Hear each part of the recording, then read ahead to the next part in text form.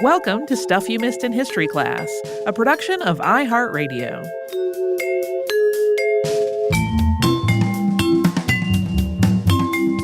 Hello and welcome to the podcast. I'm Tracy V. Wilson. And I'm Holly Fry. I grew up in the North Carolina Piedmont, and it was very common when I was a kid, driving around to see these huge fields of kudzus climbing all over everything, from fields to trees to telephone poles to like abandoned tobacco barns. And people talked about this plant almost like it was a monster. People called it the vine that ate the South and described it as being almost unkillable and also teeming with stinging, biting insects and maybe venomous snakes and maybe even like murderers hiding in there. It just sounded like the worst plant in the world. I also got the basic story that they had introduced this plant to the United States to stop erosion, and it got completely out of control. So the other day, there was a random headline that just took me down a train of thought to kudzu, and I started wondering how much of that basic story I heard as a kid was really true, and also who was they in this story? They introduced kudzu. Who specifically was that? And that's how we got this episode. So for a little level setting and what kudzu is a semi-woody perennial climbing vine. It's actually in the pea family. There are at least 15 different species in the genus Puaria, and the one that's prevalent in the United States is Puaria montana variety lobata, or just Puaria lobata. Kudzu has hairy vines and trifoliate leaves, meaning that each leaf is made up of 3 leaflets. So, at a glance, young kudzu vines can resemble poison ivy. Boy, have I made that mistake before. But poison ivy is glossier, and those hairs are roots that it uses to anchor itself and climb surfaces. And kudzu, on the other hand, climbs by twining around itself or around other objects. Kudzu is also a flowering plant. It produces flowers for the first time when it's about 3 years old. And those flowers smell like grape candy. They're typically purple, but they can also come in shades that are more red or more pink. And these flowers form seed pods, but most of the time only a couple of seeds in each pod are viable. They can also take a really long time to germinate, like years. So while it's possible for people to collect and intentionally propagate these seeds, most of kudzu's spread comes from the plant sending out runners. These runners form nodes roughly a foot apart with a new root forming at each node. This is a deciduous plant, so it drops its leaves after the first hard frost, and it leaves this mat of brown vines behind. I can't speak for anybody else, but when I was a child, I thought kudzu was actually pretty, relatively an attractive plant in the green months. The rest of the time, not so much.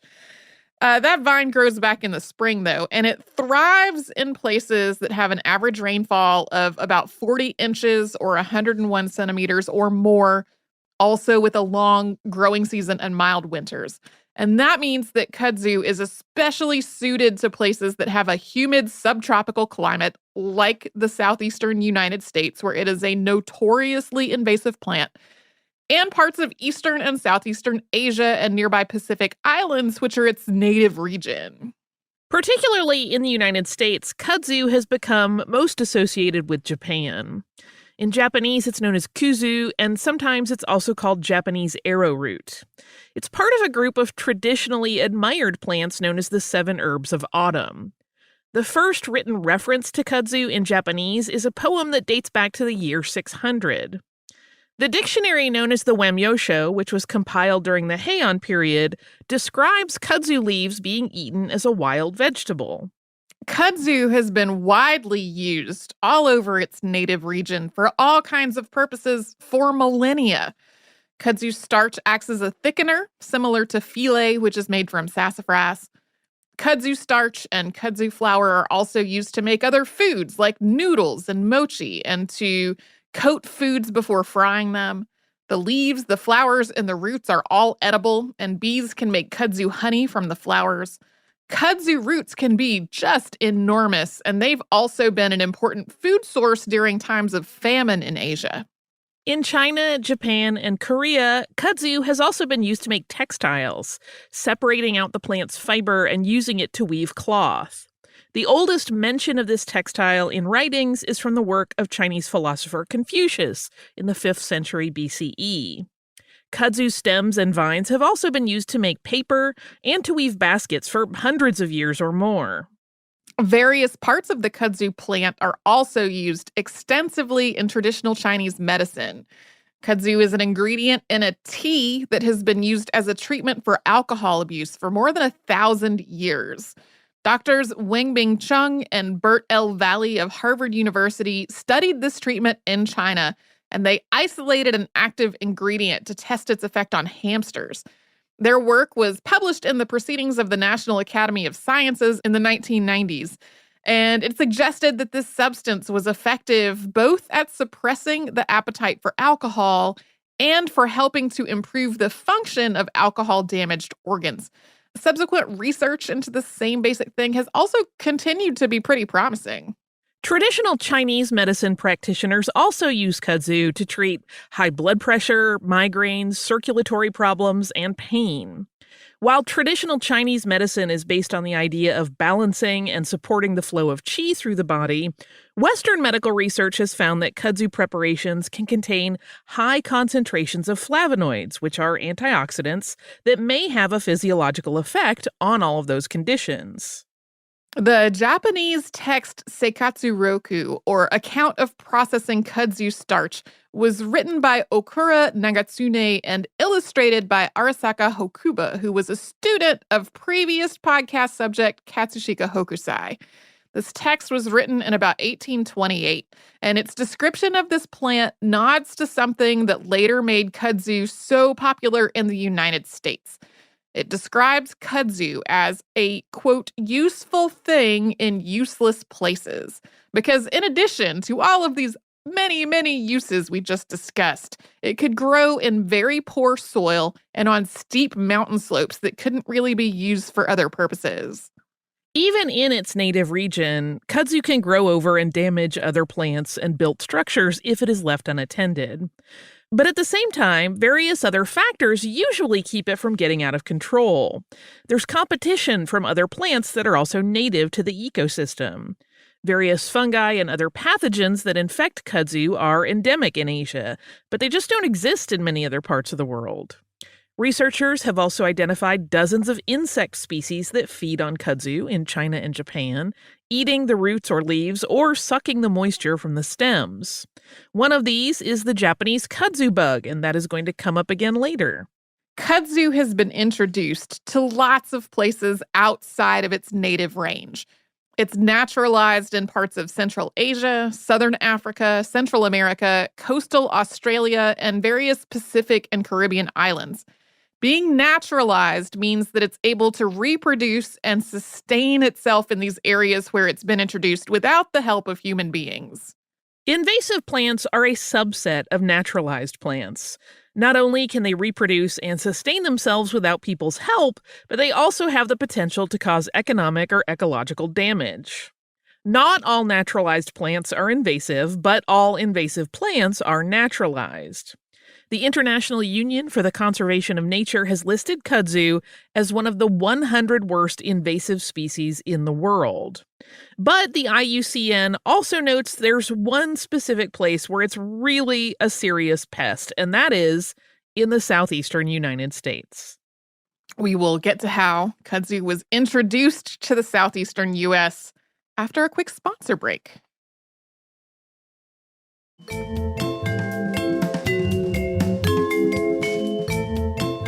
One of the many popular but ultimately questionable at best ideas that was floating around in the 19th century was acclimatization. When we have talked about this on the show before, it's been in the context of colonists who were nostalgic for the flora and fauna of home and then tried to introduce those species into the places that they were then living. And this has often really not gone well at all. One example from way back in the archive that's been a Saturday classic a little more recently is British colonists in Australia who missed having rabbits around. So they brought some rabbits to Australia, and that has been causing problems for more than 150 years. But some acclimatization proponents in the U.S. looked at things more broadly. They advocated bringing all kinds of plants and animals from all around the world and introducing them for the sake of, quote, improving what was available in North America. After the 1853 Perry expedition forced Japan to start trading with the West, this acclimatization movement included Japanese plants. One major proponent of this was horticulturalist Thomas Hogg, who served as U.S. Consul and Customs Service Advisor in Japan from 1862 to 1874. Hogg sent a lot of Japanese plants and seeds to his brother James, who owned a nursery business, as well as to other competing nursery owners. He wasn't just trying to help his brother's business out. He also really thought it was important to send these plants to the United States and get them established. Hogg was one of the people who introduced Japanese knotweed, which is also considered invasive in the U.S., to the United States. Thomas is not known to have sent James any kudzu samples. But the Hoggs are an example of how there was already a lot of interest in acquiring and growing Japanese plants in the U.S. in the late 19th century, part of a general fascination with and eagerness for anything Japanese. So, when kudzu was first showcased at the Japanese Garden Pavilion at the 1876 Philadelphia Centennial Exhibition, people were ready. At this exhibition, kudzu was shown primarily as an ornamental plant, one that would provide fast-growing shade along with beautiful, fragrant flowers. Kudzu made another appearance at the World Cotton Centennial that was held in New Orleans starting in 1884. This was another World's Fair, and it introduced the kudzu vine to more people who were living in the hot, humid South. Soon, this plant had been nicknamed porch vine, with people planting it around porches and courtyards and training it up arbors and trellises to provide additional shade. In the southeastern U.S., these newly planted porch vines could grow up to a foot a day during warm, sunny weather, or about 60 feet or 18 meters over the course of one growing season. I imagine sitting on your porch and just watching it expand slowly. People were intentionally training this growth up their porch railings and onto trellises rather than encouraging it to run along the ground. But it still didn't take long for people to notice that kudzu could spread aggressively if they didn't keep it cut back.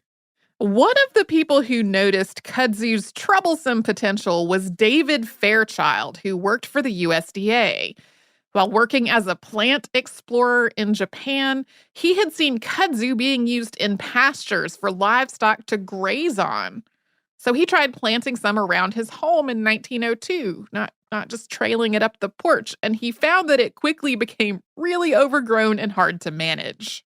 While Fairchild expressed his concerns about the plant to the USDA, it wasn't until 1938 that he published an account of his experience in his book, The World Was My Garden: Travels of a Plant Explorer. That experience included spending more than $200 trying to eradicate the kudzu on his property before eventually selling it, at which point the new owner pastured a cow on it over an entire summer.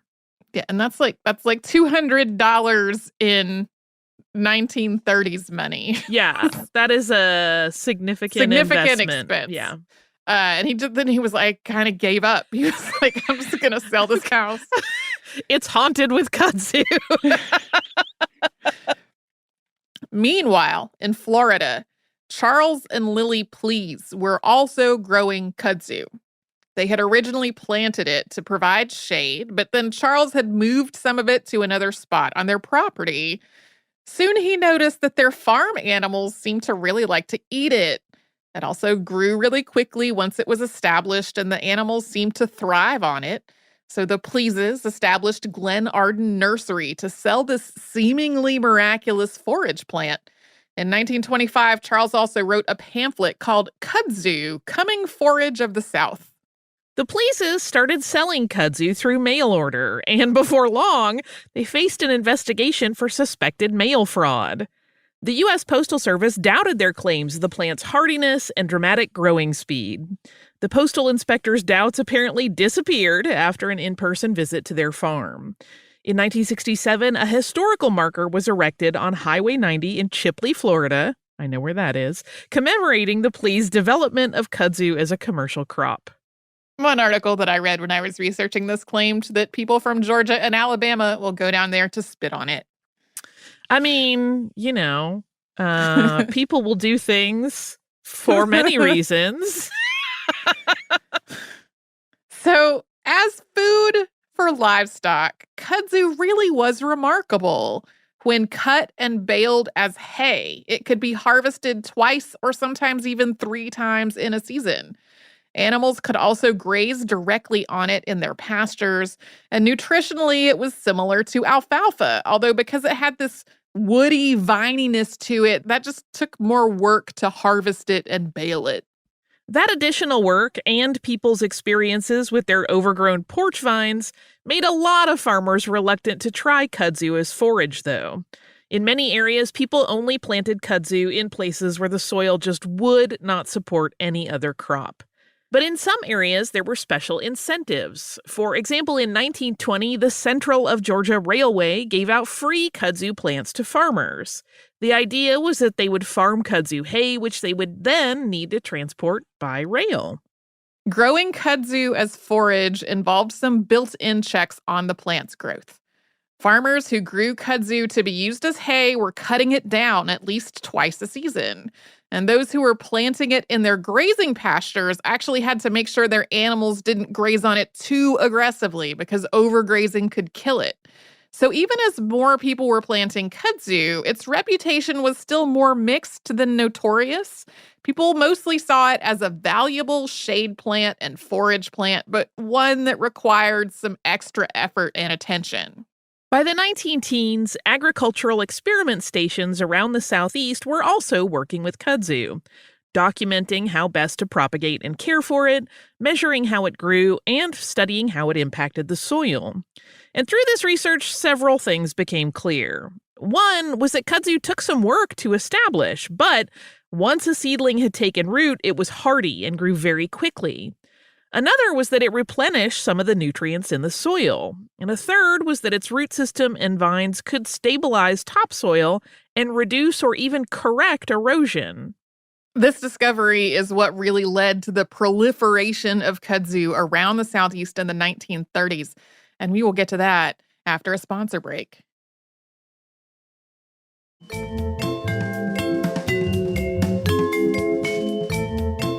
The most well-known ecological disaster to strike the United States in the 1930s was the Dust Bowl. The federal government had forced indigenous peoples off of their land in the Great Plains and then granted that land to homesteaders who plowed under the native grasses in favor of planting crops like wheat and corn. These farming methods were not appropriate for this land or the climate at all. Irresponsible farming practices combined with severe droughts and high winds, leading to huge, destructive dust storms that stripped even more of the topsoil away. What's less well known today is that erosion was also an enormous problem in the southeastern United States. The soil had been depleted through monocropping, especially with crops like cotton and tobacco. Boll weevil infestations, droughts, and the Great Depression had all caused huge economic hardships for farmers, many of whom abandoned their farms to try to find paying work elsewhere.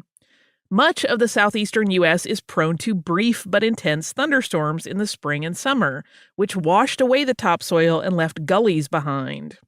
In both the Dust Bowl states and in the Southeast, these problems were directly connected to the ongoing legacies of colonialism, slavery, and the forced displacement of indigenous peoples. The United States Soil Erosion Service was established in 1933 as part of the National Industrial Recovery Act. It was expanded into the Soil Conservation Service under the Soil Conservation Act of 1935. These services were both part of the New Deal. That's the collection of projects, programs, and reforms that were championed by President Franklin D. Roosevelt in the wake of the Great Depression. The idea was not only to restore the depleted soil and to reduce erosion, but also to provide work through the Civilian Conservation Corps and the Works Progress Administration.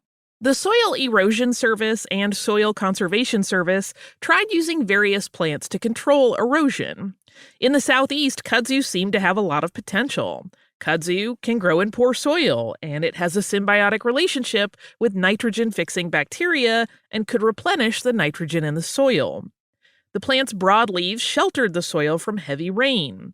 Research at one Soil Conservation Service experiment station found that soil under kudzu had 80% less water runoff and 90% less soil loss than soil that was under cotton. Kudzu forms a really thick mat as it grows, and those mats could trap sediment, and that allowed the plant to actually fill in gullies over time. Kudzu can also grow along steep gully walls where other plants really could not. And then on top of all of that, kudzu that was being used for erosion control could also be harvested for hay or used as grazing land as well. Research at agricultural experiment stations also suggested that covering a field in kudzu and then plowing it under after a period of years could restore the soil and improve future crop yields. Between 1935 and 1942, the Soil Conservation Service raised 100 million kudzu seedlings in nurseries in Virginia, North Carolina, South Carolina, Alabama, and Georgia. The U.S. government offered an incentive of up to $8 an acre to farmers who were planting kudzu to control erosion. Kudzu could also prevent erosion on highway and railroad cuts and embankments, so highway departments and railroad companies were eligible for that incentive as well. So the spread of kudzu was also tied to the proliferation of automobiles and the highways that were built to accommodate them. The U.S. Department of Agriculture also worked to assuage farmers' fears about this plant. A.J. Peters, principal agronomist, wrote Kudzu, a forage crop for the Southeast in 1932. This was distributed as USDA Leaflet 91, and it included this language under the headline, Kudzu Not a Pest, which it made me laugh out loud the first time I read this headline. Quote, there is no danger that kudzu will become a pest. True, the growth, if uncontrolled, will make a tangle of vines likely to smother bushes and even small trees. But in fields, heavy grazing or cutting at once reduces the stand and weakens the growth. Hogs will eat the starchy roots and destroy a stand. The few plants that remain can be readily killed by digging them. By the late 1930s, kudzu had been introduced to every state in the southeastern U.S. In 1939, R.Y. Bailey of the Soil Conservation Service wrote up a 30-page booklet called Kudzu for Erosion Control in the Southeast, with a slightly revised edition being printed in 1944. And that pamphlet walked through the need for a heavy-duty plant to control erosion and mitigate the effects of, quote, overproduction of clean-tilled cash crops. It included information on how to plant and care for kudzu on different types of slopes and in different configurations, as well as using it as part of a crop rotation to replenish the nutrients in the soil. And this pamphlet once again reiterated, quote, kudzu is not a pest. There is a rather prevalent belief that kudzu is likely to become a serious pest if planted in or near cultivated cropland. Experience has shown that this belief is unfounded. The habits of growth of kudzu make its control very simple. This plant grows only from buds at the crowns and at the nodes of vines. There are no buds on the roots below the crowns, nor the vines between the nodes. New plants are established only by the formation of roots at the nodes of vines which are in contact with the ground. The growth made by these roots during the first growing season is not sufficient to make them difficult to break loose by a plow when the land is broken the following spring. This brochure goes on to say, quote, the question frequently arises as to the possibility of kudzu becoming a serious pest where it is planted in areas adjoining woodland. The vines sometimes cover a few trees along the border, but the damage done to an established stand of trees is no more serious than the effect of the trees on cultivated land. Where a vigorous stand of kudzu adjoins a plantation of young trees, serious damage to the trees may result unless steps are taken to prevent its spread into the trees. Encroachment of kudzu into woodland, either young or mature, can be prevented by making one trip along the border between the kudzu and the trees 3 or 4 times during each growing season with a drag harrow, a one-horse spring-tooth harrow, or with a plow to drag the runners back from the trees. In some instances, farm roads between kudzu and woodland areas are used as effective barriers between the two types of plantings. Before World War II, the United States had been getting most of its kudzu seedlings from Japan. As diplomatic relations between the two countries started to crumble, the Soil Conservation Service turned its attention to harvesting seeds and collecting cuttings to transplant domestically rather than importing them from Japan. In the 1940s, one of the most vocal proponents of kudzu was Channing Cope of Georgia, who called kudzu a miracle vine. He had bought a 700-acre farm in 1927 and arranged it so that different pastures contained different forage plants, and he could move his cattle from one to the next as the seasons changed.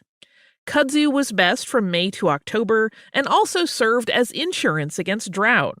Cope called this method, quote, front porch farming, because once everything was planted, if you had binoculars or a telescope to check on things and electronic controls for your gates, you could just do it all from your front porch. Yeah, you didn't need to raise food crops to sell. Just plant all your fields this way. Kind of shift the cows from one pasture to the next. Super easy in his philosophy. Cope hosted agricultural officials and dignitaries at his farm. In 1943, he founded the Kudzu Club of America and also started a daily early morning radio program for farmers that he broadcast from his porch. He also had a daily column in the Atlanta Constitution from 1945 to 1950. Cope's Kudzu Club had 20,000 members at its peak and established a goal of planting 8 million acres of kudzu. In 1949, he published a book called Front Porch Farmer, which sold 80,000 copies and was also used as a textbook. Sometimes Cope is described as the reason why kudzu became so widespread in the South. And while his newspaper column and radio program reached a lot of people, an estimated 3 million acres of kudzu had already been planted by 1945. Cope was definitely one of the most visible and memorable people associated with all of this, though. He was interviewed in Time and Newsweek, and he was nicknamed the Prophet. When the Atlanta Constitution printed a Kudzu centennial in 1976, it called him a Kudzu zealot. Good. It was in a photo caption of him, I think. By the time Cope started his radio show, the USDA was kind of starting to walk back its kudzu enthusiasm. A revised version of kudzu, a forage crop for the Southeast that was published in 1943, no longer insisted that kudzu was not a pest. Instead, it said, quote, kudzu is sometimes a nuisance when growing in places where not wanted. It is not hard to kill, however, although it takes a lot of work to remove it from places that cannot be mowed and plowed.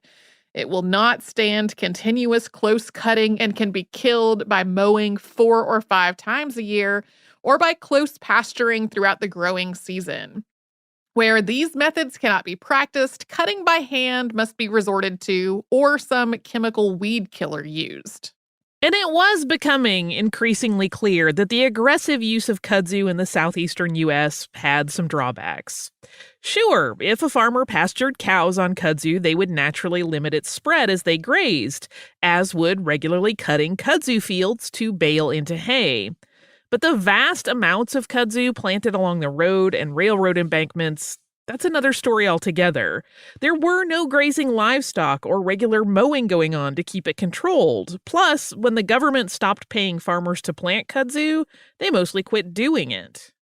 Yeah, a lot of farmers had other options that they kind of preferred, but when it came to like the road embankments and the railroad embankments and all that, like kudzu was still in a lot of places the plant that grew the best on that kind of steep slope with indifferent soil. Left undisturbed, the kudzu that was planted along southeastern highways and railroads quickly grew into adjoining fields and forests. It grew up utility poles, pulling them down or causing shorts. It also grew across the railroad tracks that it was supposed to border, and then as trains ran over it, it broke down into a slippery goo that could do everything from slowing down the train's progress to even causing derailments. And that huge root system, I mean, the roots can be massive. And those seeds that take forever to germinate also meant that kudzu could crop up again in places where people thought it had been removed. And then especially in more remote areas, that meant it could establish another foothold before anybody really noticed. In 1953, the USDA stopped advocating kudzu's use for ground cover and for fodder. The Kudzu Club of America disbanded sometime in the 1950s as well. In 1962, the Soil Conservation Service recommended the planting of kudzu only in areas that were far away from homes, orchards, forests, and fences. Basically anything that could be overrun if the plant was not carefully managed. That same year, Channing Cope died. He had continued to grow kudzu on his property and to advocate for it even after the government had really stopped its support. And as his property had become increasingly overgrown, he had also refused to allow officials in to try to control it. So he had this secluded property with kudzu-covered arbors and alcoves, and that became a popular hangout for teenagers. In a story that was attributed to his friend Philip Cohen, his death followed a heart attack while he was going out to yell at some teens to get off of his property. That's such a heartbreakingly meme-y death. Like the, hey, you kids, get off my lawn. In 1982, the U.S. government declared kudzu a weed, and in 1997, it was added to the Federal Noxious Weed Act. By this point, multiple states and municipalities had laws on the book prohibiting the planting of kudzu or levying fines for allowing it to spread beyond a person's own property. Although the federal noxious weed list is no longer including kudzu, it is still classified as a noxious weed in several states. In the U.S. today, kudzu is primarily associated with the Southeast and especially the Deep South, but it grows in 32 states, stretching all the way north to Maine and west to Texas, with a few patches also found in Washington and Oregon. Kudzu has also been discovered in southern Ontario, Canada. It doesn't proliferate as much in places that are colder or drier than the southeastern U.S., although it can still sustain itself and spread. And then, of course, there are also concerns about how global warming might expand this plant's favored range. Seemingly every source on kudzu reports that it covers somewhere between 7 million and 9 million acres of land in the U.S. today, and that it spreads at a rate of 150,000 acres a year. And if you've ever driven a highway or ridden on a train and seen huge swaths of kudzu growing along the banks and up hillsides and covering trees and telephone poles, that probably sounds about right. Looking out the window, it can feel like you're seeing the edge of an impenetrable, endless expanse of kudzu. But as we said earlier, kudzu loves full sun. It can't penetrate deep into the trees because it's just too shady along the forest floor. Yeah, it really likes the edges. And if you're in the car looking out the window, like the edge is what you're seeing. That 7 to 9 million acre number also seems to be just hugely inflated. According to an article in Smithsonian Magazine by Bill Finch, lead horticulture and science advisor to the Mobile Botanical Gardens in Alabama, this figure seems to have come from a small garden club publication and not from a rigorous study. The U.S. Forest Service's most recent kudzu survey took place in 2010. And at that point, kudzu covered only an estimated 227,000 acres of forest in the U.S., spreading by about 2,500 acres a year. There is no official agency measuring how much kudzu is growing outside of forests, but research ecologist Jim Miller has estimated that kudzu covers about 500,000 acres of urban and suburban land. That's a lot, but it is so much less than 9 million acres. It is also a lot less than many other invasive plant species in the U.S., including Japanese honeysuckle, Chinese privet, English ivy, air potatoes, and tallow trees. In general, kudzu is demonized in a way that these other more widespread and often more destructive plants simply are not. There's even a possibility that the amount of kudzu in the United States is starting to decline. although some people argue that we should learn to live with and use kudzu rather than trying to eradicate it. Officials and property owners all over the country have been working to get rid of it for decades, using everything from aggressive cutting to controlled burns to herbicides to grazing animals. And one of my favorite stories from my research for this, in 2006, goats were being used to try to control kudzu near Chattanooga. They kept being attacked by dogs, so they brought in donkeys to guard the goats, and that didn't work. So the next year, they switched to guard llamas. I mean, if you've ever seen an angry llama, this makes all the sense on earth. Absolutely. Earlier, we talked about how insects feed on kudzu in Asia. In one of these, the Japanese kudzu bug was first spotted near Atlanta in 2009, probably having arrived on board an international flight. This bug has since spread to multiple adjacent states, and it seems to have reduced the spread of kudzu in these areas, in some cases quite dramatically. The Japanese kudzu bug also feeds on another invasive plant, wisteria, but since it feeds on soybean crops as well, its introduction is not entirely welcomed. Although kudzu's physical presence in the southeastern United States is a lot smaller than is widely reported, its cultural presence is just huge. During its heyday and popularity, there were things like kudzu festivals and kudzu pageants and kudzu queens, and those mostly faded away as enthusiasm for the plant fell off, but some of them have been revived in more recent years. Kudzu has also become a recurring theme in Southern literature, something that mostly started after the plant became more vilified than praised. James Dickey published a poem called Kudzu in The New Yorker in 1963. That poem is full of foreboding imagery, including green, mindless, unkillable ghosts. It's quoted very frequently in books and articles about kudzu, regardless of whether they're popular or academic, although most sources do not quote its first words, Japan invades. The syndicated comic strip Kudzu depicted rural Southerners, and that ran from 1981 until shortly after its creator Doug Marlette's death in 2007. Number one, found just a surprisingly large number of poems in my search results of databases containing academic papers that I consult for the show. Way more poems than I think have been found in any other research process that was not specifically about a poet. Number two, man, I got so sick of that James Dickey poem. Maybe we will talk more about that in the behind the scenes.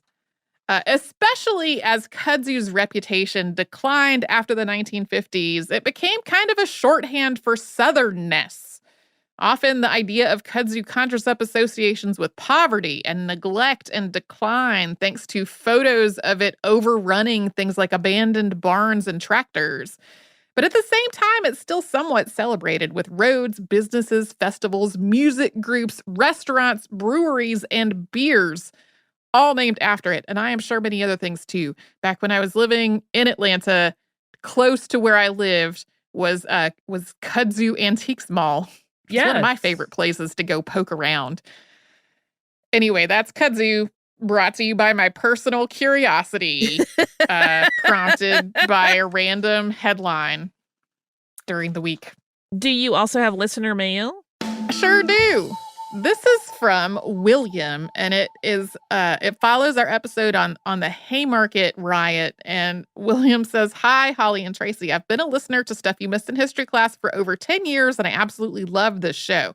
Your unearthed episodes helped inspire me to go back to grad school and get my master's degree in archaeology. Maybe one day soon I'll uncover something worth featuring on the show. As a resident of Chicago, I will say that it is always great to hear episodes about the history of our city. The memory of the incident was recently brought back to the fore in an unusual way. In 2018, a new folk musical called Haymarket premiered in Chicago, and I was able to catch a performance. It was a fairly small production with the cast doubling as musicians, but was extremely heartfelt and informative. When you mentioned the 8 hours of work, 8 hours of rest, 8 hours for what we will slogan in the episode, I caught myself humming a phrase from the musical for the rest of the day.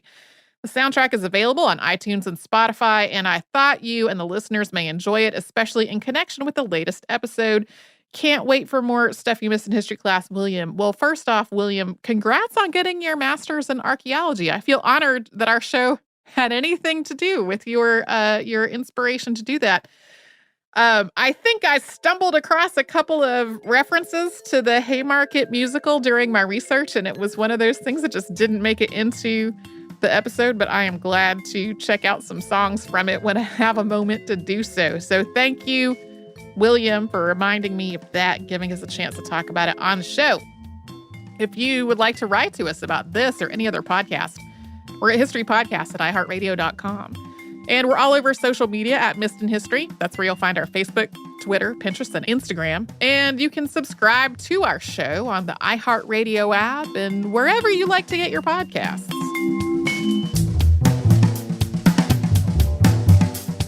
Stuff You Missed in History Class is a production of iHeartRadio. For more podcasts from iHeartRadio, visit the iHeartRadio app, Apple Podcasts, or wherever you listen to your favorite shows.